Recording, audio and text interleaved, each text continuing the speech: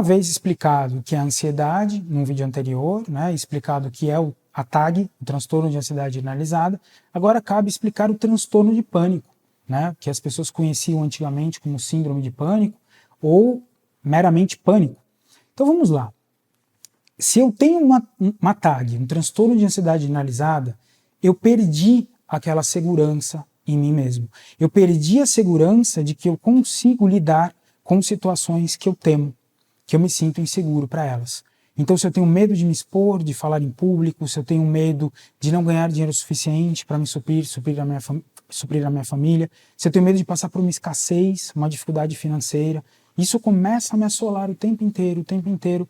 E o que nós percebemos na clínica é, toda vez que eu sou uma pessoa que tem um perfil de curiosidade pela vida, então eu sou uma pessoa que leio muito, que desde pequenininho pergunto como o elevador funciona, por que um navio não afunda, por que um avião funciona daquela maneira.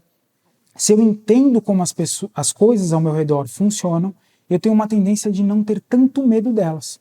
Né? Se eu sei o que faz um avião permanecer no ar e a quantidade de acidentes, né, que ocorrem com o avião, eu sei que ele é muito seguro, que ele acaba sendo um dos meios de transportes mais seguros do mundo. Então, quando eu racionalizo por ter o conhecimento, é muito difícil que eu evolua para uma fobia naquela questão. E o que nós percebemos é, pessoas que acabam evoluindo para um transtorno de pânico, elas possuem vários medos de coisas que elas não têm controle. Então, uma coisa é eu ter um medo, uma insegurança de falar em público. Outra é eu querer controlar a máquina de um elevador. Eu não tenho controle da máquina do elevador, e se eu não sei como ele funciona, se eu não sei que vai ter ar lá dentro, se eu não sei que eu poderia permanecer ali por horas a fio até alguém me resgatar, eu vou entrar em desespero. O meu organismo, meu corpo vai entrar no mecanismo de defesa, de segurança. E nisso eu posso chegar até um desmaio. Na verdade, o desmaio é um mecanismo de segurança e, na verdade, o desmaio me preserva. Porque é impossível a anóxia total, é impossível nós pararmos de respirar. Então, eu estou com aquela falta de ar, eu estou com aquele desespero, mas a partir do momento que eu desmaio, eu volto a respirar.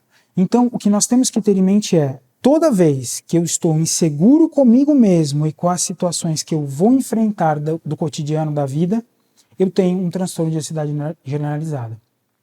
Quando eu tenho medo de diversas coisas que eu convivo e interajo, como carro, avião, moto, elevador, eu tenho escuro, locais fechados, eu tenho uma tendência de já não ter uma segurança interna, porque eu venho de algum momento de um transtorno de ansiedade generalizada, e o que eu também quero, já que eu não consigo ter segurança comigo, eu quero tentar controlar o resto, mas o resto não tenho como controlar. E aí é como se eu entrasse em parafuso, como se eu desse uma pane geral. E esse é o pânico. É uma mensagem do meu cérebro, do meu corpo, dizendo, para, que daqui para frente eu não consigo seguir dessa forma. Espero ter esclarecido. Muito obrigado.